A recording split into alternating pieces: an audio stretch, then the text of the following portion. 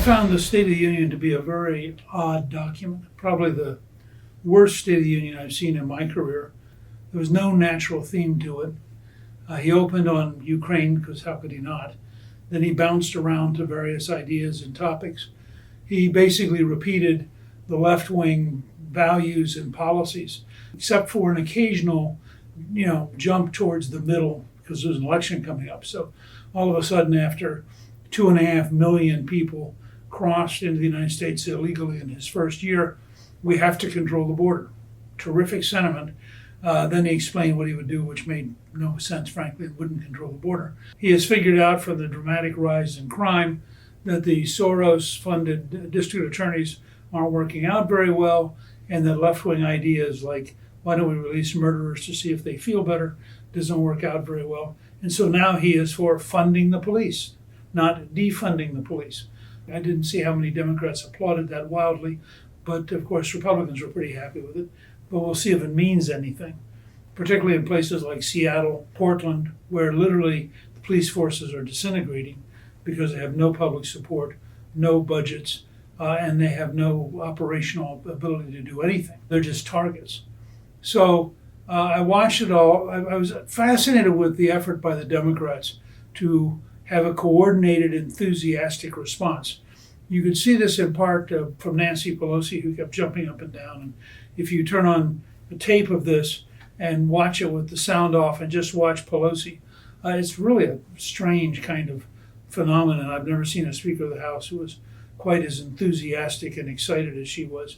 And it got worse towards the very end, where she almost couldn't contain herself. The opposite of the time that she cut up Donald Trump's State of the Union. My favorite example was Chuck Schumer, who apparently got his script wrong, thought he was supposed to stand up and applaud, and he stands up and he gets his hands about to here, and suddenly realizes, oh, this isn't the moment to do that. He looks very foolish and very self-aware that he just did something that's pretty stupid and sat back down.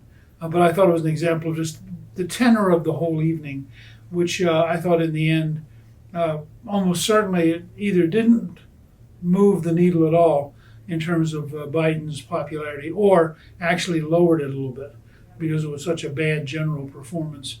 He didn't mention Afghanistan. He didn't mention the 13 Gold Star families who lost loved ones in the American military in Afghanistan. He didn't really take seriously the kind of problems we're having with inflation. At one point he had this goofy line where he said, companies should control costs, not lower wages. Well, what does that mean? I mean, for most companies, 70 or 80% of their costs is in fact the cost of people working. So if you're going to have them lower costs, there's a real danger that they're going to lower the costs by having fewer people working. And you couldn't quite figure out, what's he talking about? And then in random, he goes by and says, there are only 4 major meat packing companies. Now, that could have been the beginning of 5 minutes. This is what's wrong with that. This is what they're doing. This is how I'll fix it. But it's kind of a throwaway line. Like everybody's supposed to know what that means.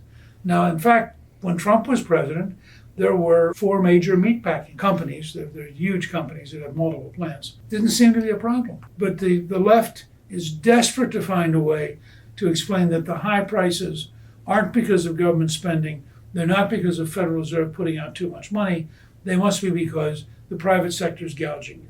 So somebody's guilty. The other thing that was really obvious, if you go back and you read the section on energy, it verges on insane. At one point he says, if you really want to control the high cost of gasoline, why don't you get an electric car? And you'll save $80 a month at the pump. Now, he doesn't indicate how much you'll spend on electricity. And in a state like California, if everybody got into an electric car tomorrow morning, the electric system would collapse, and nobody could go anywhere because there wouldn't be any electricity. And by the way, a lot of the electricity comes from coal, which has actually got more carbon than natural gas or oil, and certainly more than nuclear power. But it's this kind of stuff.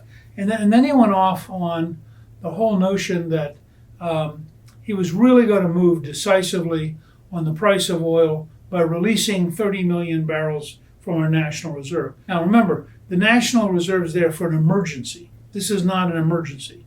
This is a moment of political and policy stupidity. So what did the market think? Were they impressed? Well, first of all, you have to understand, 30 million barrels is 1.5 days of American consumption of oil. So the big Biden moment represents 36 hours of American oil consumption. Second, everybody who is sophisticated in the oil market knows that. So the reaction of the market was to go up, not down. I think it's gained something like $17 a barrel since Biden first announced this, and probably going to keep going up, because what Biden signaled was, no, I am not going to adopt a rational policy. I am not going to expand American production. I'm not going to go back to Trump's American independence on energy, and I'm not going to allow Americans to ship liquefied natural gas to Europe to replace the Russians. Well, at that point, people thought, fine. This just means the Russians will continue to make $1 billion a day or more. Now that it's gone up another $17, they're making more than $1 billion a day. So you have sanctions, but we're being very tough. But on their biggest single product, they're making twice as much, more than twice as much as they made under Trump. Trump got the price of oil down to $46. It's now, as of the last time I looked, $117. All the difference is profit for Putin. That's the consequence of the Biden policy. And I thought the speech was about as good as the policy.